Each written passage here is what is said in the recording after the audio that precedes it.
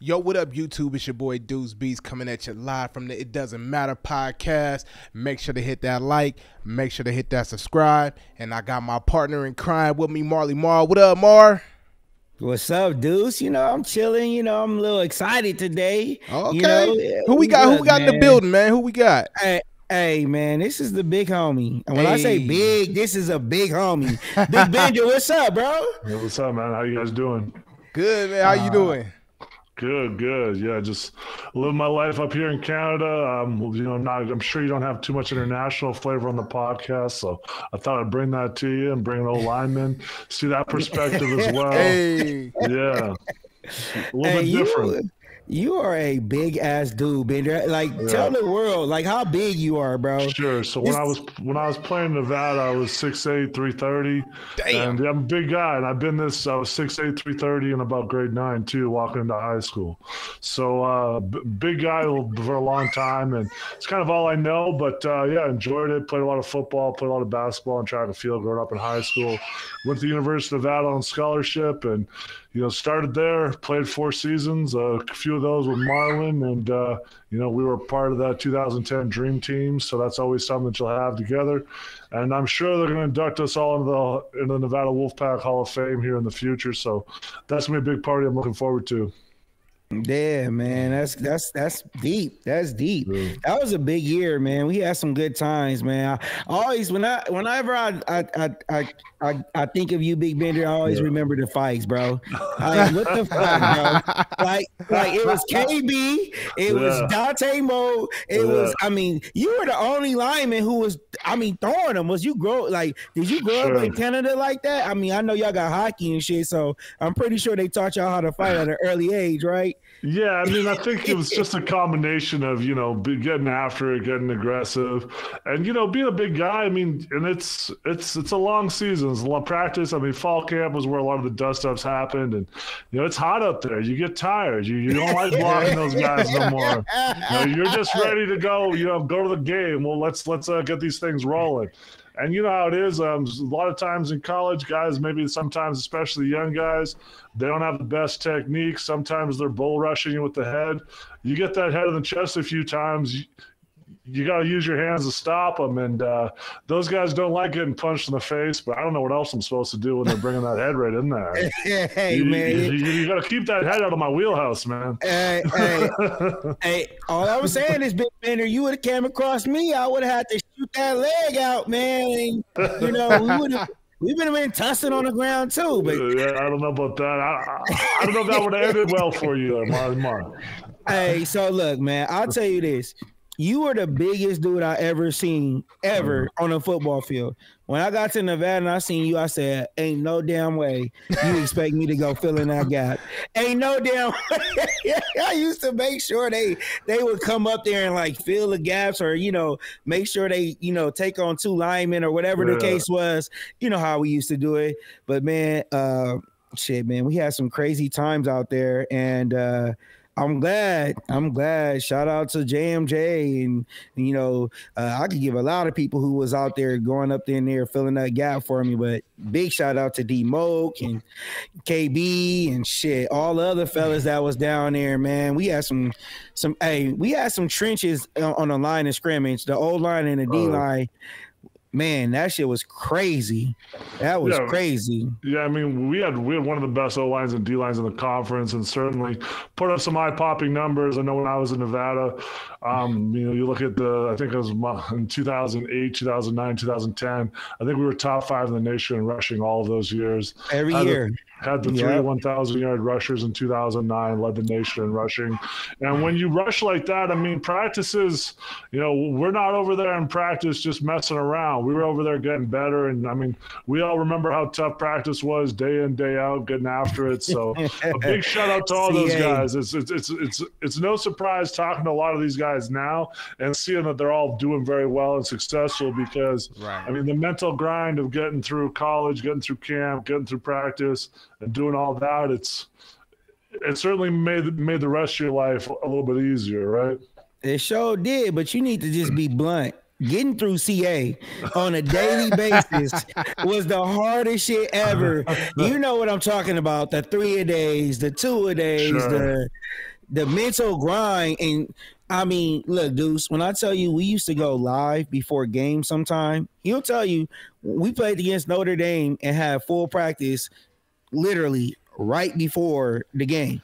Crazy. Like, Yeah, Like- we would have things where it's just like they didn't seem to care about if we were tired. They're like, you guys are 18 to 22, like just get up, just go play. Yeah, Like it just can't be play. that tough. Like come on now, we got to get a few more looks, a few more things, get a few more things going. But yeah, I mean, like I remember we would be having padded practices. I mean, shoulder pads on, banging each other, and Friday night, the next night we played. A game against Mizzou at home.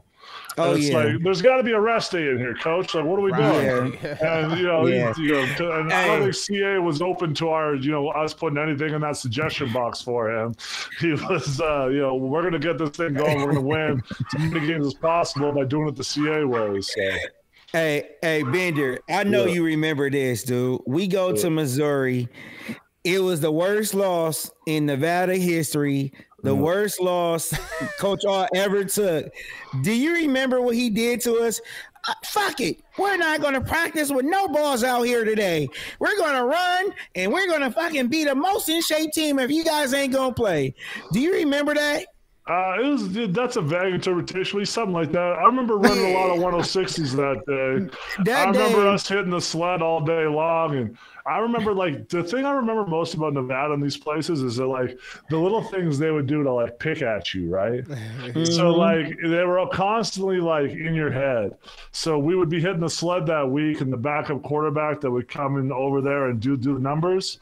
When you do this number where it's like red 8, whatever it might be, he would go 69-17, which was the score in the game. Yeah. And do that all week long and just try to get us going, try to get in our head and then running the 106s all day long and then Coach L after coming up to us and being like, I'm not some rookie coach that runs you guys for losing. I think you really are in shape. And we'd be like, come on, coach. Like, who are we kidding now? Bro, that was the day I'm telling you, the reason why I remember it is because you were on the O-line. And I'll never forget this shit, man. We was running so much, I lost count. When Art was fucking pissed, he'll just say, fuck it, you guys just run, right? Yeah. Do you remember Steve Weiner? We used to call him Steve Weiner. I remember Steve Warner, taking a spill in one of the 106s. That was it. That was the Missouri game. I remember. And he was like, fuck it, leave his ass on the ground. He's not a Nevada dude. What'd he say? He don't something about Nevada dude or something. And he's like, Andy, you better not go there. If you go over there right now, you're gonna get off this field right now. You don't remember that shit? There might have been a couple times it happened, and I'm remembering another time. But I do remember a time where the trainer ran out to him, and I remember the running backs and those guys coming out to me like, why didn't you go talk to your boy, make sure he made it? I was like, man, if I ran out halfway to the field, I'd be laying on the side of him. I ain't got nothing left, man. I was looking out like, hey, come on, man, we got to get it going, right? And I mean, it's challenging. I mean, especially when they're young, those guys, it was wild watching these rookie O-linemen come in. They're 310, 315 or whatever it is. But a lot of that's just mom's cooking, and then they come from high school. And they come meet us in the desert, in the high altitude, in the heat, and now we're running and now we're playing football. And these guys would be 310, 315. They'd be going home by Christmas break at 275, and their parents would be like, what's going on with little Billy here? Like, what's up? What happened? And just seeing them kind of develop and get back to working their way back up in the weight room and building it up right to the 300 or whatever they were trying to play at. But yeah, there wasn't a lot of O-linemen especially because we ran the hurry up. So like this is the type of stuff we would do to teams. It was like mental warfare out there. Teams that come in from San Diego State or Hawaii or wherever they were playing us from, and they'd be, playing at no altitude, playing at sea level. They come up to Nevada, they're playing at what, 4,300 feet or whatever it is. We aren't quite mile high, but we're pretty high. And now we're going, 13-second play clock on them. And, running the ball on them all day long and going in the hurry up and seeing if you like to play football and seeing what kind of deal, just watching all the D linemen tapping their head, bring the subs, doing all that. So it was wild to watch that progression kind of go on through college and seeing it on both sides of the ball, both with the players in Nevada, having to grow up quick and watching the other teams. I can beat teams got backups all day, and so we saw a lot of them when we played at home. Nah, you know what? I was always jealous because y'all had one of the best damn coaches, but also a crazy ass coach, Coach K. Coach Norcross, nah, but Coach K, that dude was on his shit. He was smart, man. Coach K used to bring that shit out of everybody, dude. Yeah, I mean, I like both coaches, don't get me wrong, but I think Coach K with an extra level of intensity and just an extra level of, like him and Coach Al were both, you had to really earn, your respect with them. But once you were in the good books, you were great. But, when you were you were in hell. You gotta go through the ropes. You were in hell. You were in hell until you were a starter and you were a guy they could trust. When they knew when it was 4th and 1 and they could run the ball behind you, that whole relationship changes. So up until then, they're trying to make you into that guy that they can trust at 4th and 1. So, I mean, it's a lot of, and when for me, I was, 18, 19 years old. I mean, I started 4 years in Nevada, started right out the gate as a redshirt freshman. So, I mean, it was, trial by fire until then, and it was a lot of work, but I got there. But, yeah, both of those coaches, right on my ass the whole time for good 18 months. But once you're in the good graces, you were good from there. So I got a question for you, Big Ben.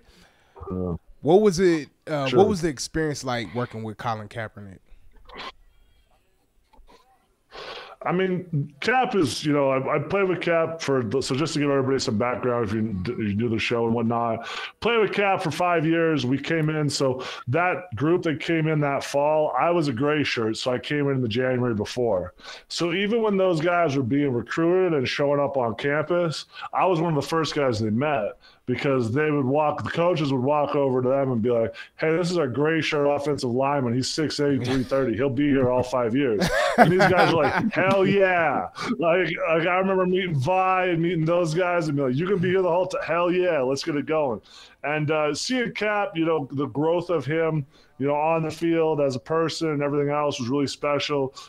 His family is great. I have nothing but great things to say about his family. His family would include me a lot. Like my family's obviously up in Canada, a long ways away. They weren't making it to all the games, but every time that after games, the Kaepernick family would take me bowling, take me for dinner, make sure I felt included. And then I was, did the same majors Cap, so all 5 years together. When we were traveling, they had us up there in the exit row with extra legroom, sitting beside each other. So me and Cap traveled together, dressed.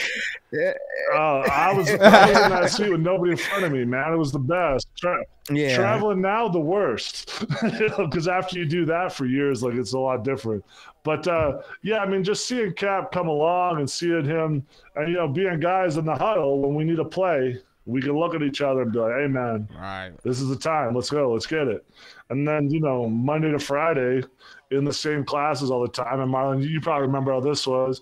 When it was time to pick groups for business classes, those regular students were looking at us. I'll tell you that. So we were doing group projects together. And I mean, we would do well. I mean, both of us got A's. I think we're both all conference academic. But, those people, they weren't trying to work with the football players. So it was different. But, seeing him develop, seeing the player he becomes, seeing him get drafted, seeing him have success in the NFL, obviously awesome. Really enjoyed it. Really enjoyed what happened. I mean, obviously, since then, him not playing the NFL for now, I think it's seven or eight seasons. It's unfortunate. But, I think he's at peace with it. I think he's at a good spot in life. I think he'll be okay.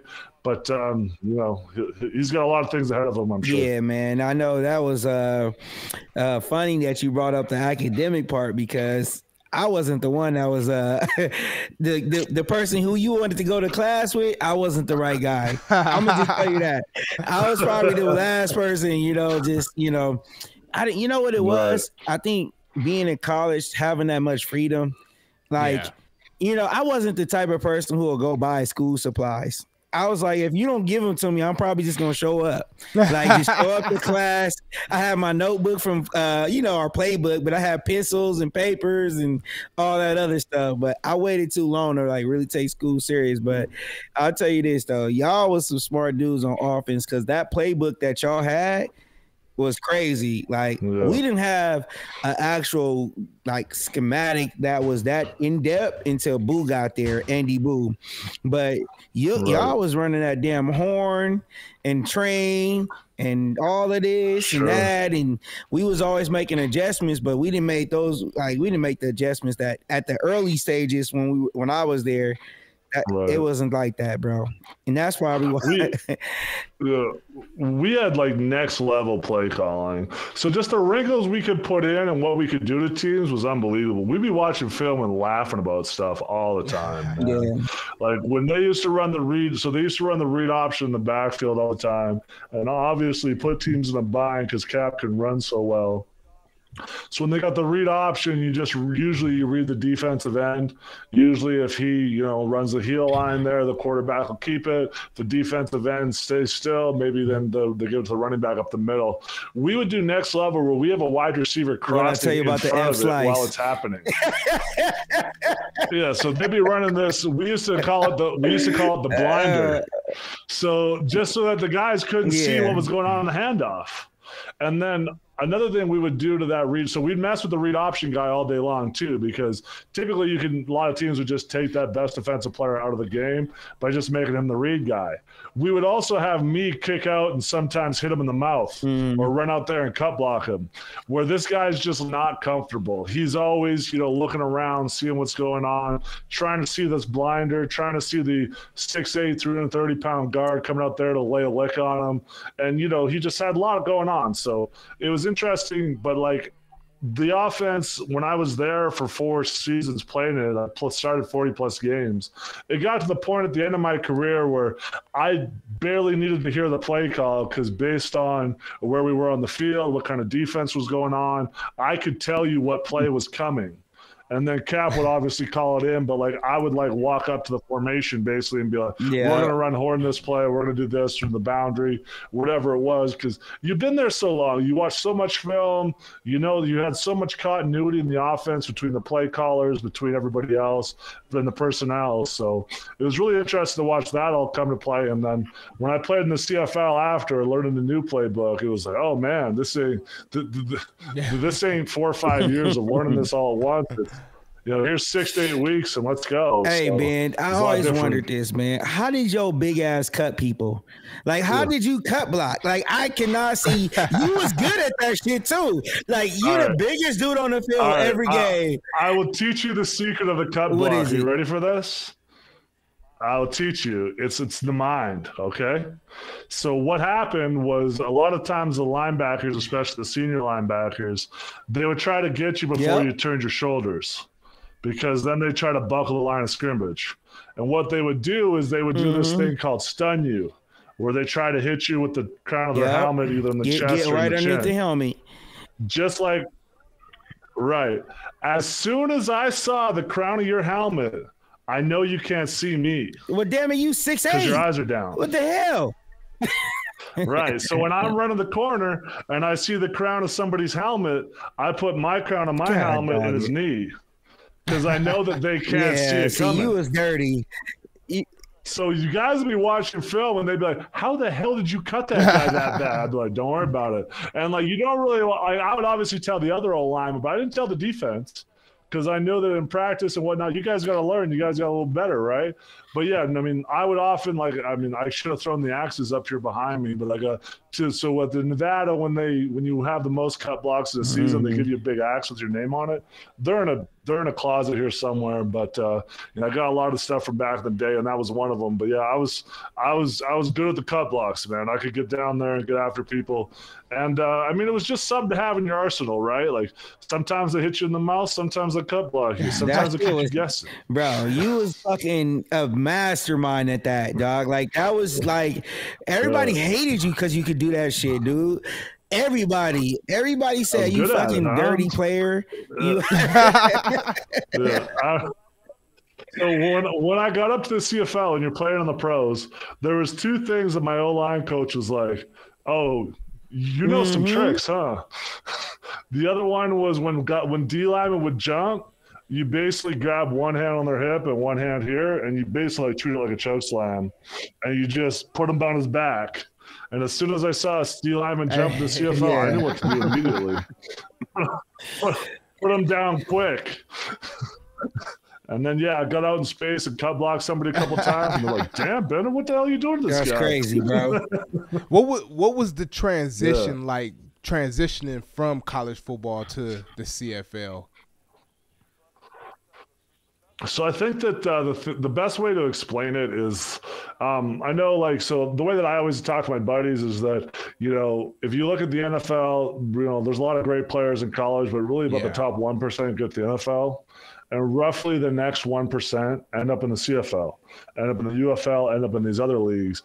And I know that the pay scale isn't there. The fandom's not quite the same level as the NFL. But the players are, right there. Like, fringe players, very talented, very quick, very big, very strong. And the best way to explain it was that, imagine, Marlon, who was the best guy you ever played in college? It was basically that all day long. Oh, yeah. Practice, one-on-ones, in pros, in the games. It was like you had to bring your best self. You couldn't misstep. You couldn't, be late off the ball. You had to be your best self, or else it was going to be a long day. And, a lot of the guys I played with or against in the CFL, both of our D tackles on the Calgary Stampeders at the time had both spent over 3 years in the NFL. So you get these guys that are, 28, 29 years old, had played 4 or 5 seasons in the NFL, and now they're in the CFL. And, I remember one of the D tackles bull rushing me. I used to laugh when people bull rush me. I'm like, I'm 330. Like, you don't want to do that. You get these hands on the top of your head. And I remember getting up off my feet and being like, that doesn't usually happen. I don't know. I don't even know what to do right now. This ain't gonna. Yeah, this ain't gonna look good on film. Like, oh no, it's just different, different levels, different athletes. And you certainly aren't playing, guys that are 19, 20. Most of the league is, 24, 25 years old, grown men. And, they're out there fighting for paychecks because, that film is what keeps them around for next week. And seeing how, cutthroat the pros is, because every Monday, you're walking around, and I'm sure every team calls it the Grim Reaper, but he's standing there Monday morning, getting ready to, hey, you need to go talk to the GM. They tell you to bring. You'll never see it. You'll never see that guy again. They'll tell you bring your notebook with you. We used to joke, bring your notebook. You're gonna be eating Delta they already got your flight and everything. That was. Oh yeah, here's your ticket out of town. See you later. And I was gonna say I went through that process, right? And that was probably my biggest regret from being at the professional level, doing tryouts with the NFL, and then agent reaching out to you look, the CFL wants you to go to this tryout. They want you to do this. They want you to do that.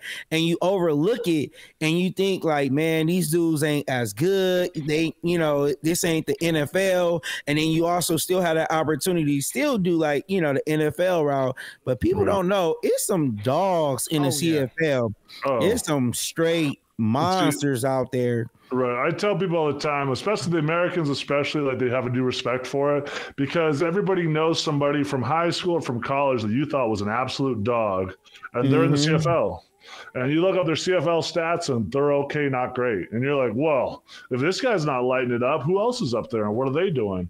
And I've seen, when I was playing college, I remember when I was a freshman, Pat White and Steve Slayton at West Virginia were putting up monster numbers, right? God. Those They are were two like NCAA like superstars that we all think of. Yeah. They both played in the CFL at one point. I remember watching them and thinking they're not doing much. You know, I played against a bunch of guys in the college that I then played in the CFL, and I'm like, oh yeah, this guy. Like you just see guys come around, but like I said, it's that top 1% to 2% still, and a lot of these guys just have an opportunity, and some of these guys are making big money. I mean, if you talk to your boy Cody Fajardo, I'm sure his CFL career has gone great. Yeah. I mean, yeah, he's made. Cody's been doing really good, and my boy Shaq Evans was out there with Cody. Sure, yeah, Shaq Evans. And he, you know, he had a good run too, and you know, Cody just won a championship too. So shout out to Cody. You know what I mean? Cody's put up a phenomenal CFL career. He keeps playing. He might end up in the CFL Hall of Fame here in the future. Might end up with a couple rings, but he's been doing it for a long time. But like, think of how hard he had to slug it out the first 3-4 years. Yeah. Right? Like the first 3-4 years in the CFL, I'm sure he thought he was talented enough to play a lot, had to learn the game, had to learn different offense, had to learn things, had to be, you know, for a long time, they used Cody essentially as like the short yardage quarterback. Right. Imagine, like, it takes a special guy to go from a guy that threw 10,000 yards in college and rushed for 4,000 and was all conference and, you know, I believe he spent a season with the Oakland Raiders, to then go up to the CFL and you're our third string short yardage QB. And maybe we'll get you in sometimes.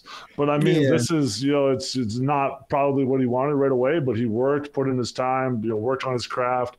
And last year he won his first Grey Cup. And I think Cody be 4 years younger than me. He's probably 32, 33 years old, and finally got there. And now he's got a good chance to come back and, you know, keep building on his legacy here.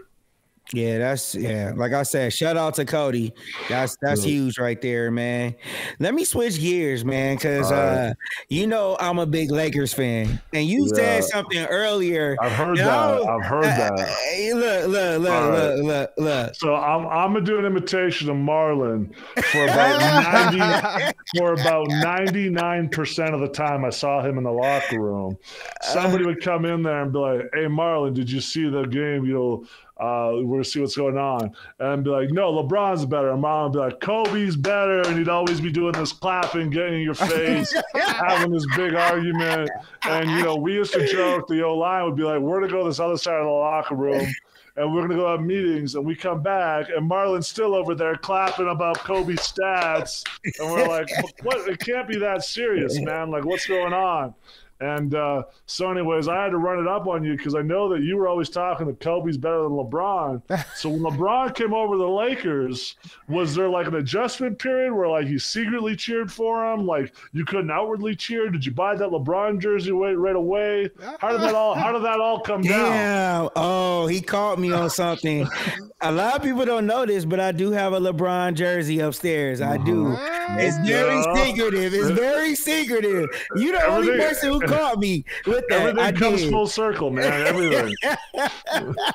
Hey, edit that part though. Nobody needs to know that. We keeping that in there. Hey, no, I'm gonna tell you this. Shout out to LeBron. He top 5 all time. But what have he done in a Lakers uniform? Tell me. If you talk about the bubble championship, we're going to talk about the asterisk that come with it, right? Because we know LeBron and AD, they basically got a free pass to the playoffs because we played, 40 games, 30 games? Took a long break. It was more than that. It must have been in the 50s. They were done in mid-March. They were done in March, yeah. The season ended in March. Games, yeah. No, it wasn't no 60 games. It was barely 50 games. Right. And we go 3 months without basketball. Let's look at AD health. Let's look at LeBron health. Let's look at all of these guys, right? Yeah. Tell me how many games. This was the most we seen AD play for us this past season. So without that break, I'm just being real. I'm a Lakers fan. I take it. I'll take the championship. Without that break, the Lakers are not an NBA championship team. I don't care what anybody say. Sure. I mean, at that time, you got Devin Booker who went off and Phoenix went off. They should have been in the playoffs as well as they were playing after the break. Who else? Portland was good at that time, and all these other teams that was good. And then all of a sudden, of course, we had a better run, and we ended up beating Miami. But Miami came out of nowhere. Like that wasn't like, come on, man, you can't stop a season 2/3 of the way, take a break for like 3 months, and then all of a sudden call it a championship like that. That to me ain't even equivalent. That's worse than the damn what they do, a lockout season, 55 games in 98, 99. Like it's not the same. Well, I mean, it's certainly not the same, but I mean, at the same time, all the other teams had the same situation. So when you look at it from that perspective, I mean, what else could the Lakers have done? I always thought when LeBron went to the Lakers, they should push all in right away.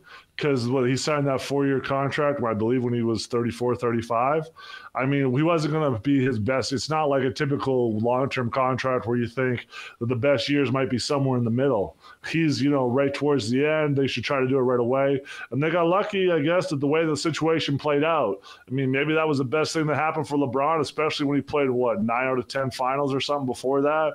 He had a long time. He needed that break, probably. And we saw a different LeBron when he came back. So the way that the situation played out, I'm sure helped LeBron, but I mean, everyone had that situation. So you could argue that, somebody like Kawhi Leonard that liked a lot of rest as well. I think he was hurt during that time. I don't know if he ever came back and played at the same level, but I know that the Raptors, I mean, I was hoping, I'm a Raptors guy, of course, we the North, I'm up here in Canada. So when they won that championship in 2019, I mean, me and everyone else up here was, couldn't believe it, loved every minute of it. After being, 20 tough years before that, for the most part, and now seeing them have some success has been great. But lately, it's been a tough ride again. But I mean, as a Lakers fan, I'm sure you've been spoiled because you've seen at least 3 of the top 10 players of all time play on your team in the last decade. If we include Karl Malone, I know he was very old when he was playing there. You might have 4 of the top 10 players of all time. So you've been blessed that way as a fan. Imagine being a fan of the Charlotte Bobcats. Imagine being a fan of our boy here, the Sacramento Kings, who they might be doing some work though. Hey, Deuce is fake. Deuce is fake as hell right now. Hey, stand up, show him the shorts. Let's see him. Hey, let's see him. Hey, he got on the Mike Bibbies. Yeah, he has those throwback Doug Christie's on, ready to go. You know what I'm saying? I'm a Kings fan now. You know. What I mean? Oh, this is crazy, y'all. This is crazy. He's over there lighting the beam right now. Don't ask me who none of the players is. What about Domantas Sabonis? Hey, one of my favorite things that you should joke with, all the coaches would come around like, hey, Bender, I heard you ball. What's your game like? And they always wanted you here to say Shaq. And I say, I'm kind of like Arvydas Sabonis just to mess with them. Because I knew the coaches would get mad. They'd be like, you're what? Yeah. I'm nice passing, man. You give me that ball at the top of the key, I'll find you. And you actually had game. Oh, yeah, that's you can play some ball. You know what I'm saying? Yeah. So that's crazy, man. I can't believe you came up here with them damn King shorts on. That shit is sick, bro. Check this out. I'm coming to your house next weekend, and I'm wearing my shorts. No, you're not. No, you're not. I'm gonna get the water hose and spray you. I'm gonna spray you outside. I'm gonna be like, look here, you can't come in here dirty. All right, so look, we got the play-ins, we got the playoffs. I need some predictions here. All right, I got my 2 teams coming out. All right, I know I'm a Lakers fan, and people are gonna be like, all right, you got to pick the Lakers, but I'm gonna be realist. I'm gonna be real.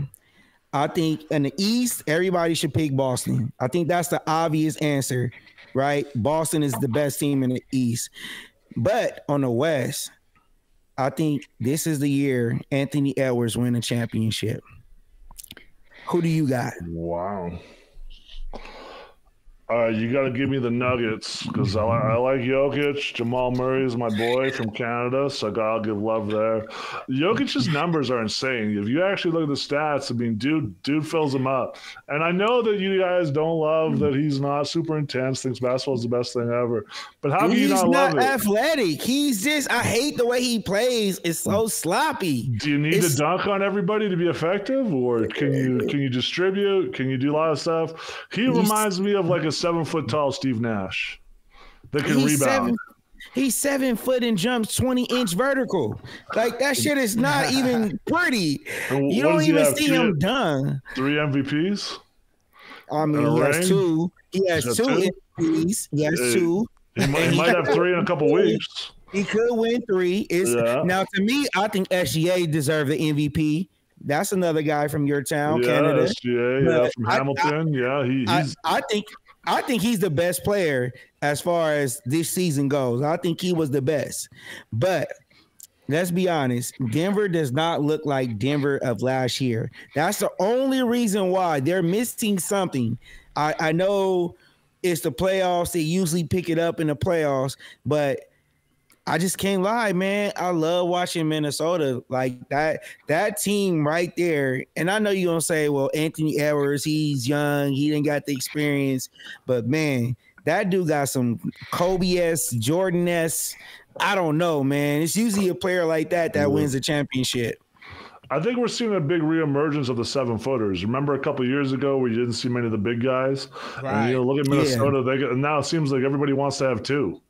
You got to have one and got to have one on the bench. And not only can they stretch the floor, they can rim protect. They can do both. So I think we're seeing some really athletic 7-footers that are going to change the game in the NBA here over the next decade. And I think Victor Wembanyama is an elite class. I think we're going to see some more of that.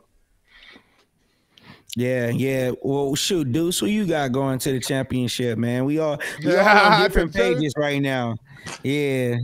Look, I'm going to just say this. I'm a LeBron fan, and so – you know, I'm clowning around with the Kings shorts or whatever, but I'm a LeBron fan. I follow LeBron wherever he goes, so that's who I got winning the championship. Oh. It's the groupie love. This is the guy you hated in the locker room. This is the guy Marlon would argue with all day long in the locker room.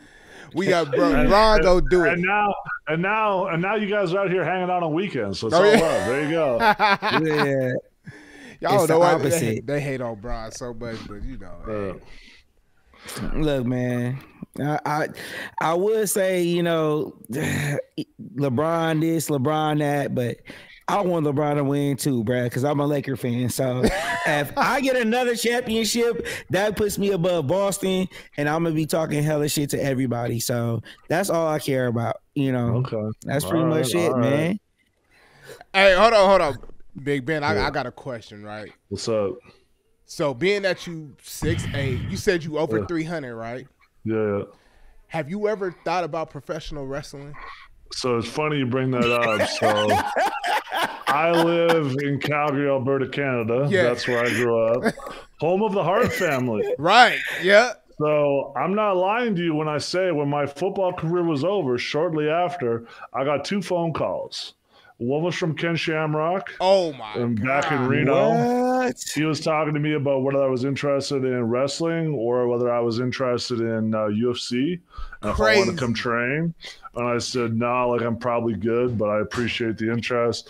I don't know if it'd be a perfect fit. And, I grew up a wrestling fan as a kid, obviously. Right. Got waned as I got older. Yeah. But, Bret Hart's brother, I think his name's Bruce, he's the oldest. He's a big wrestling trainer, and I ran into him at an event, and I remember him just being like, hey, if you ever want to, feel this out, let me know. And there was a guy named Lance Storm, if you guys remember from WCW days. Yes, yep. He had his training academy out here too, and people were kind of bugging me to go. But I work in finance now. I'm a financial planner. I think that has a good good career trajectory. I'm happy with how my career played out. Yeah. I've got a few injuries from football. I'm sure like these pinkies will never look the same, right? And I mean, that's just the start of it, whether it's pinky, shoulder, knee, everything else. So didn't want to dive into it too deep. But yeah, I mean, just certainly was something that I thought about briefly, but wasn't something I pursued. And Yeah. I mean, maybe that was a mistake. I don't know. But I mean, I'll let those other guys enjoy it. Usually they like those D tackles, slim them down and make them all pretty, and then they become big wrestling stars. Yeah. But the crossover between former CFL player and wrestler is insane. There's so many. Yeah, it's crazy. Like, cause Right. just talking to you, you have the voice. Like, literally, you have the voice. Like, All right. I really. I'm one of think those guys. See, if I thought about my wrestling career, I would be a guy that didn't talk. I'd be mask on, just looking fierce, trying to be big boy out here. But maybe it'd be one of those guys where they give you the mic and then you do talk, and then you're surprised. I don't know. Yeah. But no, I've done a ton of sports media stuff up here in Canada the last decade. So this is something I'm very familiar with. Done a lot of podcasts, all that. So, would you have been, if you went the route of wrestling, would you have been a baby face or would you have been a heel? That's a great question. I think I'd be a great heel. Yeah, I was thinking the same thing. I know the route to people and make them mad, and do all those things, and get them going. Like I can get. You guys saw me get Marlon going earlier. That was no problem. Get me into an arena in Sacramento or whatever. I'm sure I could find an angle to get people going and everything else. But a lot of fun. I mean, one of the guys I really enjoyed watching growing up was Owen Hart. Obviously, his career and his life was cut short. Yeah, tough situation there. But yeah, he was great at that. He loved being the heel. He loved being that guy, and he was great at that. I run into Bret Hart all the time at charity events here, and it's hilarious. As a kid, he was like my idol, right? Yeah, couldn't wait to meet him. He used to pop in the Stampeders locker room, and we'd be like, "Hey, throw me in the sharpshooter, please." like just stuff like that, just messing around with him, right? And now, obviously, he's a little bit older. He's got a restaurant downtown, but I see him, and he says hi to me right away. Hey, what's up, John? How you doing? I'm like, damn, like my life's going the right direction. Bret Hart knows who I am. Crazy. So it's wild. Hey, I'm gonna tell you what's going on right now. I'm gonna just stop it right now. Yeah. All right, Deuce, stop fantasizing Big Ben in some underwear, body slamming on a damn ring. He just wants to see me in that singlet, man. That one shoulder. Hey, man, that Big Show gonna go. He just want to see you in some tidy whities doing a damn pro slam. He want to see you get over it. Hey, I'm a big wrestling fan. Like I grew up watching, during the Attitude Era, and then the 48 weeks with WCW going against WWF at the time. Like I'm literally changing the channel back and forth. Right. You know what I'm saying? So that was a different time, man. Everybody loved it back. It was appointment television. Everybody was dialed. And it's hilarious to me because, like, I grew up in Calgary. I meet guys playing football all over the place, different places, come from different backgrounds. You remember most of the guys from California, Arizona, some were from Nevada. The junior college guys who kind of be from wherever. I tell them I was from Calgary, Alberta. It's a big city. Like, we're well over 1 million people. The Calgary Flames, NHL, the Calgary Stampeders are from the Calgary area, and everybody be like, "Where's that? I don't know where that is." And the only way I could get people to know about where Bret Hart's from, they'd be like, "Oh, well, why didn't you just leave with that?" Or I'd say, "Hey, you remember the movie Cool Runnings? Where they go for the Olympics?" They're like, "Oh, okay." And other than that, it was tough to get a lot of American friends or American people I met to know where I was from. So funny how you have those little tie-ins there. Yeah, that's crazy. Yeah. Man, Deuce, man, we had another classic episode today, dog. We got after it today. There we go. Episode right here. Hey, Bender, I can't believe you actually found out about my LeBron jersey. That shit is like so secretive. Like I don't even tell nobody. You never even see me wear it. Like that's crazy. Well, shit, man. Anything you want to? Anything you want to leave out there, man? We on the podcast. It doesn't matter, just Hey, I just appreciate you guys coming along. I wanted to ask you guys, this is one of my favorite topics. I want to ask you about 3 Canadian facts. Are you ready? All right, let's go. Go ahead. All right. Name the team that tried to pick you up, Marlon. What was it called again? Oh, whatever. Saskatchewan. Saskatchewan. They had the Saskatchewan. It's the Saskatchewan Roughriders. Rough Riders. Say it with me. Saskatchewan. Saskatchewan. Whatever.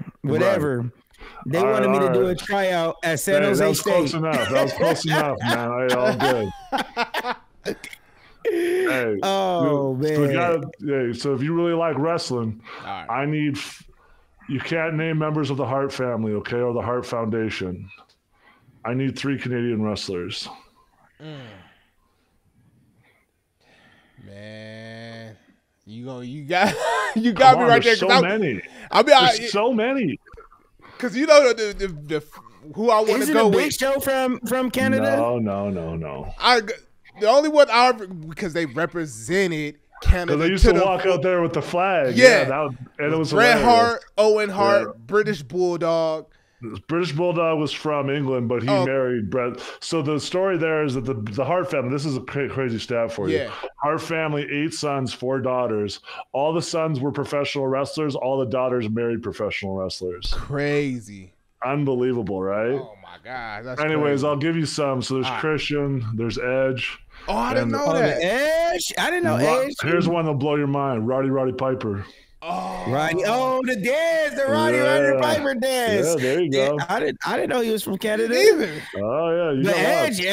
I thought Edge was American for some reason. Edge is from Toronto. Trish Stratus is from Toronto. Oh, Trish Stratus. There's tons of wrestlers from Canada. You gotta look it up. That's crazy. I didn't know that. All right, now I also need you guys to name. I already gave you Calgary. Give me 4 Canadian cities. Edmonton. Okay. Ontario. That's a province. Incorrect. I'll tell you a funny story about that after you guys are done. Keep it rolling. All right. It's okay. So I got one, Edmonton, and I only know that because my uncle, he played for the Edmonton Eskimos. Okay. They're the Elks now. You know how it changes stuff. Oh, they change? Oh, yeah. They're the Elks now. But yeah, that's good. BC? No. No, British Columbia. Yeah. Dang. All right, Toronto. Toronto, you got one. That's good. Let's go. Edmonton, Toronto, Alberta. That's a province again. You guys are hammering the provinces. All right, you guys ready for this? All right. So we got Vancouver, Calgary, Edmonton, Regina, Saskatoon, Winnipeg, Toronto, Winnipeg, Toronto, Ottawa, Hamilton, Montreal, Halifax, Montreal, yeah. Should have got some. You guys got good going. Hey, man. All right, we grew up in America. We didn't have that. That dang country, an hour flight north. You know. Can I ask you some? Is the health? I heard that the health care is way better in Canada than the U.S. It all depends. If you have great health insurance in America, you're not going to like the Canadian health care because sometimes you have to wait for procedures. Oh, okay. But everyone in Canada is covered under universal health care. So, but sometimes you run into situations. So, like, I broke my wrist right after I was done playing football, playing pickup basketball. Jammed on somebody, broke it. I thought it'd be just like football where I just, go get an MRI, drive to the MRI place, get an MRI. Oh, you need surgery. Come in, in 3 or 4 days or next week and get surgery. No, it was 4 to 6 weeks for an MRI. Damn. Excuse me? Like what? I got to do what? It might be healed by then. Like, I don't even know. Yeah, exactly. Right? So anyways, I ended up getting in to get an MRI a little bit quicker than that. I ended up getting surgery. But that whole process took 4 to 6 months rather than instantaneously like I thought it used to be. But I was 24 years old. My wrist didn't bother me. So they weren't in a huge rush for it. If I was, working in something where I needed that wrist a little bit more, it was broken badly, of course it'd be different. But they just had to go in and clean some stuff up. It was fine. But so some funny stories. We could do a whole episode on the dumb shit people have said to me about being from Canada and what the crossover here. One of my favorite jokes I used to get by with, you guys love this. So when Drake was really popular and he was from Canada, and everybody used to talk about him like 2009, 2010. Vi would just, everybody assumes somebody from Canada, I know them, right? So they were telling the story. I'd be like, hey, Vi, there used to be this dude I just made up a random story one day just on a bus just to mess with Vi. I'd be like, hey, Vi, there used to be this dude in my bio class, used to sit in the back and loved eating hot Cheetos. They used to call him like Drizzy or something. Anyways, he said he's doing well rapping now, and he said he's going to be around. He said he wanted to come to a game. He's like, Drake? I'm like, yeah. Is it Drizzy Drake? Yeah, that's what he goes by now, right? He's like, Drake? And like couldn't believe it. Like thought it was the greatest thing ever. He was like, hey, I'll give you my tickets for him, and you can bring him to a game. I'm like, I don't know, man. Like, he's probably not going to like you. Vi's all hurt, and like just little things like that, because everybody thinks everybody knows everybody, right? Yeah. Of course I went to high school with Drake. It's Canada. No, we were like a 4-hour flight apart from Calgary to Toronto, like nowhere near. But just little things like that. And the coaches, they used to have this play call. So we used to do audibles. So if you audibled and it was an O word and it was a city, that means the audible was on. If it was an O word but it was a state, that means it was a dummy audible. So if we came up to the line and went, Oregon, that's dummy. If we went Oakland, the audible's on. We're running option this way. So what Coach did is he tried to use an H word one time, and he said, for the city, we'll use Ontario. And I was like, what the heck? And I said, what the hell is Ontario? And they're like, with an H. So like, we're trying to help you better. I'm like, what is Ontario? I'm like, it's Ontario, and that's a province. And they're like, silly Canadian in your provinces. I'm like, Coach, you leave that one alone. You guys stay in America. Just don't touch it. Dang, that is hilarious, boy. I would have been rolling. Who was that, Coach K? Who said that? I think it was Coach. I think it was Coach K rolling in the offense. Or Norcross. Yeah. It was one of them for sure. One of them. Maybe the tight end coach. I was like, and the meeting room, like, I'm the only one laughing, right? The rest of the guys in the meeting room were like, yeah, well, that makes sense. Like, they don't know. They don't know that it's all messed up. We need to go up north, just like, I guess. What's her name? Go for a visit. There you go. Hey, man. Shoot, dude, this shit was funny as hell. Yeah. This was a funny episode. Hey, I appreciate you guys bringing me on. Man, I was just about to say I appreciate you getting on, man. We gonna have to get you on when we come back in the fall, because we definitely need to know some picks. Oh yeah. We got a little sports thing going on in the fall where we're gonna be making our picks, and it's gonna be a little bit of gambling involved, because I like to gamble, but essentially we just want to know who you got, what teams you like, and go from there, man. So hopefully we can get you in the fall. For sure. Sounds great, man. Thanks for having me. Man, yeah, another classic. You know what I'm saying? I'm gonna let you sign us off, Marlon. Well, shoot, man, it was another It Doesn't Matter podcast. I got my brother Deuce with me, and then of course, thank you, Big Ben, coming on the podcast. And that's it, brother. You know where we at? It Doesn't Matter on Instagram. Follow us on YouTube too. Shoot, right. Yeah, everywhere. Make sure to like, make sure to subscribe, and we out of here. Deuces.